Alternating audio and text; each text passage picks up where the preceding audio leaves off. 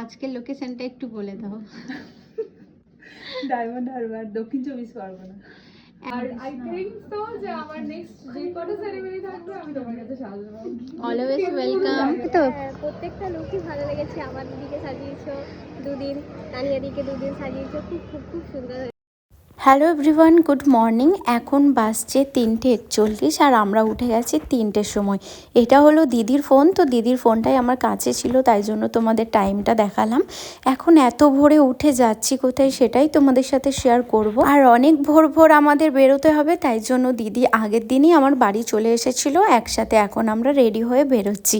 আর আমরা উঠে গেছিলাম 3টের সময়, তারই মধ্যে সব কিছু রেডি হয়ে 4টের সময় বেরিয়ে পড়লাম। আর আরও একটা কথা শেয়ার করার আছে, সেটা হলো অনেকেই ভাবে মেকআপ আর্টিস্ট আসে আর সাজিয়ে কি এমন 2 ঘন্টার মধ্যে সাজিয়ে এতগুলো টাকা নিয়ে চলে যায়। সেই গল্পটাই ভাবলাম তোমাদের সাথে আজকের ব্লগে শেয়ার করা যাক।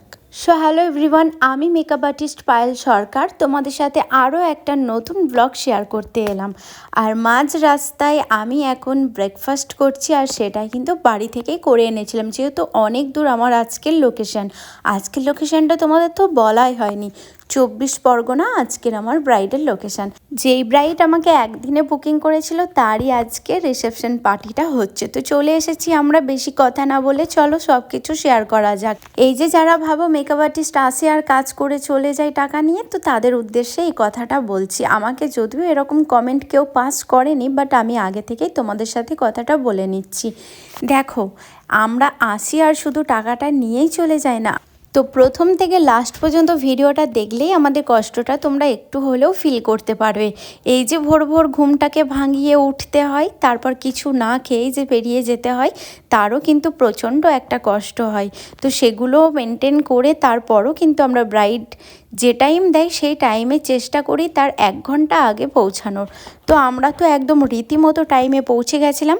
ব্রাইড আর ব্রাইডের বাড়ির লোক সবাই কিন্তু শকড হয়ে গেছিলো, বর্ধমান থেকে এত দূরে কি করে এত তাড়াতাড়ি আসে। আর আমি কিন্তু টাইম খুব মেনটেন করি, ব্রাইড যে টাইম দেয় তার আগে পৌঁছানো আমার মনে হয় বেস্ট হয়। তো আরও একটা কথা বলার আছে তোমাদের সাথে, এই যে 5 ঘন্টা ট্রাভেল করে এলাম আর 5 ঘন্টা ট্রাভেল করে যে বাড়ি ফিরলাম, 10 ঘন্টা ট্রাভেল করে এসেছি। তোমরা কি এখনও বলবে মেকআপ আর্টিস্ট আসে আর টাকা নিয়ে চলে যায়? এখনও আমার ব্রাইড আসেনি, বাট আমি আগে এসে পৌঁছে গেছি। আমার ব্রাইড আসছে, আমাকে কল করেছিল। হাই তানিয়া। তো তোমার তো আজকে রিসেপশন লুক, আর বিয়ের লুকটা কেমন ছিল একটু জানাও। বিয়ের লুকটা দারুণ সুন্দর ছিল, সবার কাছ থেকে প্রচুর কমপ্লিমেন্ট পেয়েছি। আর আমি 3টে অবধি জেগেছিলাম, রাত 3টে অবধি। তো তখনও মেকআপ একদম ইনট্যাক্ট ছিল, একটুকুও সরেনি। তোমার আজকের লোকেশনটা একটু বলে দাও। ডায়মন্ড হারবার, দক্ষিণ 24 পরগনা। একদমই তাই। আর আমাকে বুকিং করার উদ্দেশ্য আর কত দিনের মধ্যে করেছো সেটা একটু বলো। মানে যেই দিন আমার বিয়ে ছিল তার আগের দিন রাত 2টোর সময় তো দিদিকে বুক করেছি বিয়ের জন্য, আর সেই দিনেই বুক করেছি রিসেপশনের জন্য।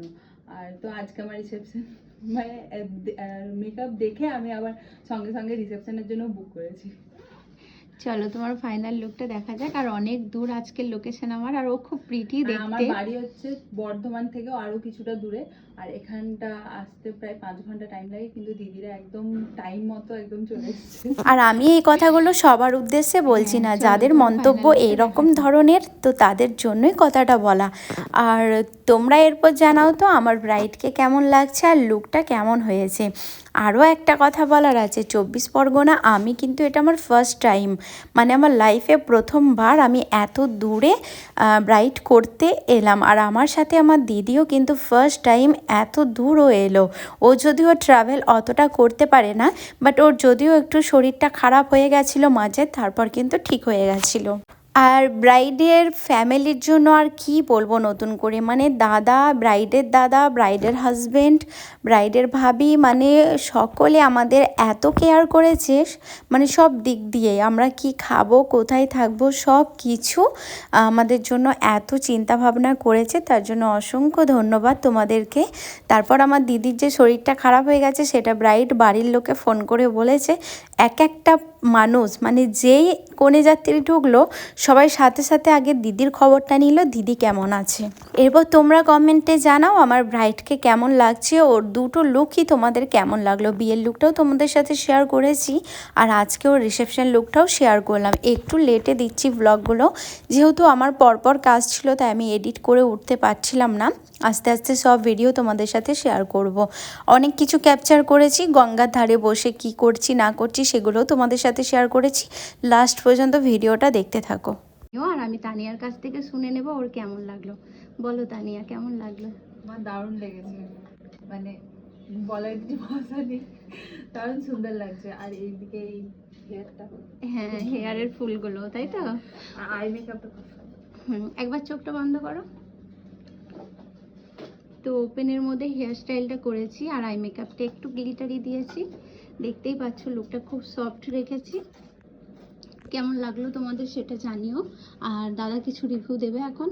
হ্যাঁ, না খুব সুন্দর সাজিয়েছো, খুব সুন্দর লাগছে, কিউট লাগছে এবং ন্যাচারালের মধ্যেও খুব সুন্দর লাগছে। ন্যাচারাল বিউটি, হ্যাঁ হ্যাঁ, একদম আর্টিফিশিয়াল কিছু লাগছে না। Thank you so much.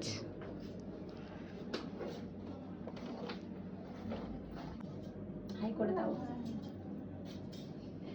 কেমন লাগছে একটু দারুণ। জানিও।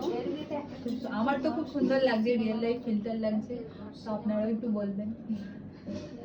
আর দিদিকে প্লিজ বুক করবেন আপনারা, একদম স্পেশাল করে দেবে আপনার দিনটা। আবিদা তোরা একটু ইয়ে করবি, হ্যাঁ কেমন লাগছে?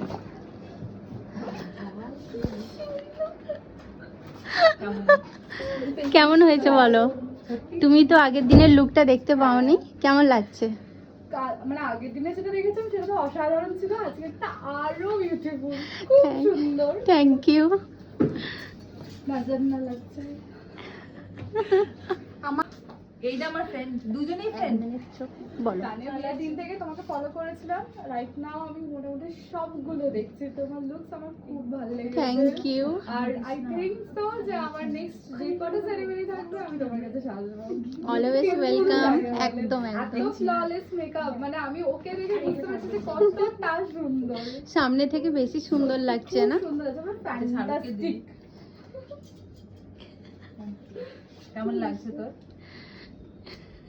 পারফেক্ট, আর কি বলবো বল, পারফেক্ট ছাড়া। হাই করো, বলো কেমন লাগলো লুকটা? দারুণ দেখলে তো? হ্যাঁ, প্রত্যেকটা লুকই ভালো লেগেছে। আমার দিদিকে সাজিয়েছো দুদিন, তানিয়া দিকে দুদিন সাজিয়েছো, খুব খুব খুব সুন্দর হয়েছে। এবার তোমাকে সাজানো বাকি। আমার ঠিকই হয়নি না। তাই হবে না আমার বেলায়। হ্যাঁ সেটাই। ব্রাইডের বাড়ির লোক যখন কনে যাত্রী ঢুকলো তখন সবাই কিন্তু তানিয়াকে দেখে চোখ ফেরাতে পারছিল না। তার বান্ধবীদের কাছ থেকেও কমপ্লিমেন্ট পেলাম, তোমরা দেখতেই পেলে। আর সবাই প্রচণ্ড নাম করেছে, খুব ভালো লেগেছে সবার লুকগুলো। এখন আমি চলে এসেছি লাঞ্চ করে গঙ্গার ধারে আইসক্রিম খেতে। আর এত সুন্দর একটা ওয়েদার, মানে জাস্ট জমে যাচ্ছিল। আর ভাবলাম তোমাদের সাথে একটু না শেয়ার করলে হয়, তাই একটু তোমাদের জন্য ক্যাপচার করেছি। আজকের লোকেশানটা খুবই সুন্দর ছিল। গঙ্গার পাড়েই আমার যে রিসর্টটা ছিল সেখানেই আমার ব্রাইডের আজকের লোকেশান। আমার তো ভীষণ ভালো লেগেছে, বারবার করে এখানে চলে এসে একটু করে বসছিলাম।